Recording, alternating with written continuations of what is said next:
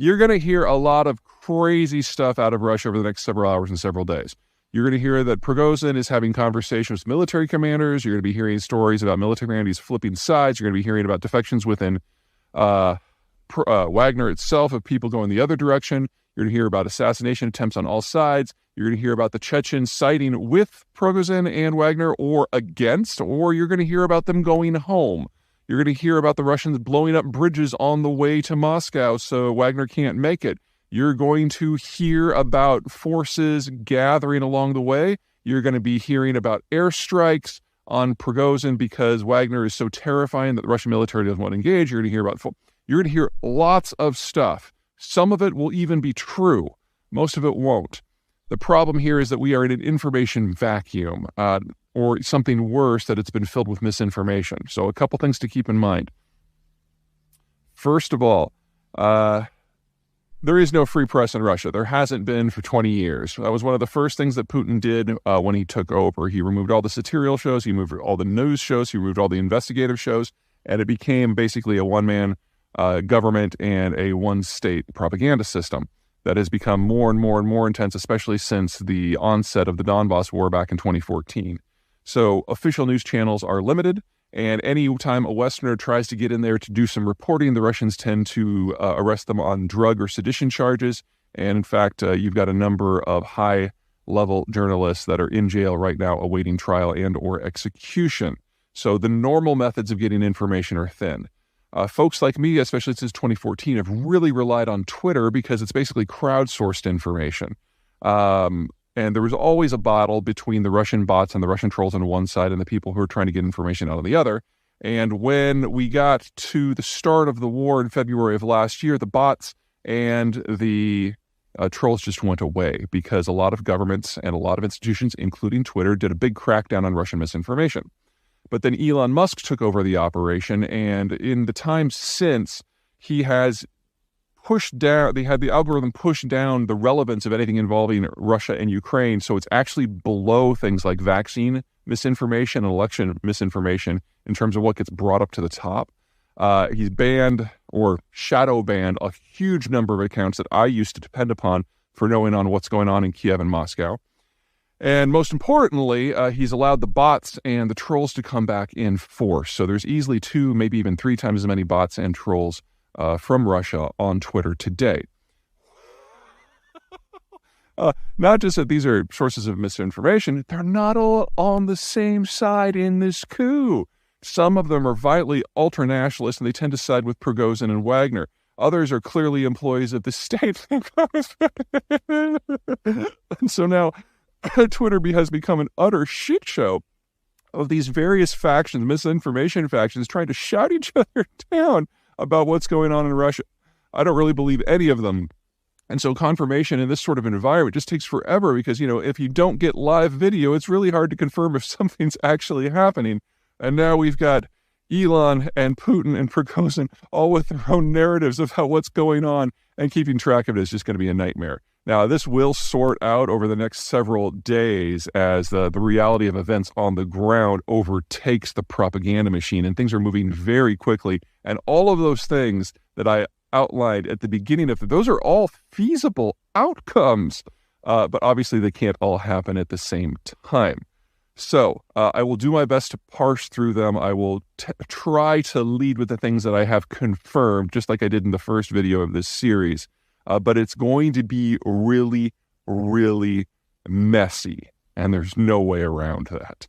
One more thing about the propaganda side of this. While we have a good idea of which side the trolls are on and which side the bots are on, there's all of Russia's disinformation channels internationally that are all of a sudden up in the air. So like what's going to happen to Hungary's Viktor Orban, who has basically become a pro-Russian shill within the European Union? Is he in favor of Putin holding on to control, or does he like a more militaristic Russia because it would be more of a foil to be used in the European Union? What about people like Tucker Carlson, who have gone in hook, line, and sinker with the Putin side of things, now that you have a more of a nationalist firebrand who we might find more ideological attractive in Prigozhin? What about people like RFK Jr., who have recently become on the Russian dole, or old-timer folks like Jill Stein of the Green Party? All of these commitments that the Russians have cultivated very carefully over the last decade are all of a sudden completely up in the air, and we just don't know how it is all going to fall. Wagner. Now, according to Prigozhin, the leader of Wagner, they've got 25,000 troops, and they've been able to attract a few defecting units from the Russian general military. We don't know if that is true. One of the things to remember about Wagner is it gets its troops from two sources. Source number one are Russian veterans, particularly people from some of the higher ranks, special forces, Oman troops, Spetsnaz, that sort of thing. They tend to be relatively competent, and so Wagner generally has the best troops and the best logistical capacity within the Russian system. What they don't have is their own hardware. They rely upon the Ministry of Defense for their equipment, for their armor, and their air defense, and they have no air assets at all. No helicopters, no jets. So if you see reports of airstrikes on Wagner, especially if they start moving up to Moscow, you should take those reports very seriously, because if you were Putin, that's how you would cut them up. Let them get out into the exposed on a 10-hour drive to Moscow and just start blowing them all on the road. As we know, if you take out the front echelon and the back echelon, the rest of them just kind of scramble in a death pile in the middle. That is a very realistic way of how this can all end, which, unless Prigozhin is completely stupid, wouldn't do it. But you remember, this is a guy who is a convicted thief and former caterer. He is not a military super mastermind. Okay. Anyway, barring a complete collapse of the Russian military structure and political society, which you can't rule out, this is Russia, this has happened before. Prigozhin and Wagner really have no chance here. Small number of troops, isolated in a specific part of the country, and while that might be hugely significant for the Ukraine war, they are just too far away from Moscow to make their voices heard in any meaningful, I'm sorry, I phrased that wrong, not their voices heard, to make their desires reality. There's just too much space, too many Russians, and too much air power. That doesn't mean there aren't consequences here, even if this is a massively failed coup. Ukraine we've already talked about, but what about the rest of the world? Wagner, because it's one step removed from the Russian military, which is, part of the problem, has been Putin's go-to tool for dealing with the international system for over a decade. And so almost all Russian military deployments around the world aren't actually regular Russian military. They're primarily Wagner. That's true in Syria, in Libya, in Sudan, in the Central African Republic, and on and on and on. And now that there's so many weird ways that this could have gone. This was definitely not one that was on my radar. But now that Wagner is persona non grata, every Russian military base around the world is going to get shut down by the Russians in the next few weeks. That, of course, assumes that countries who are trying to seek favor with Putin don't go against Russian forces at Putin's request. Oh my God, this is just delicious. Okay. Oh.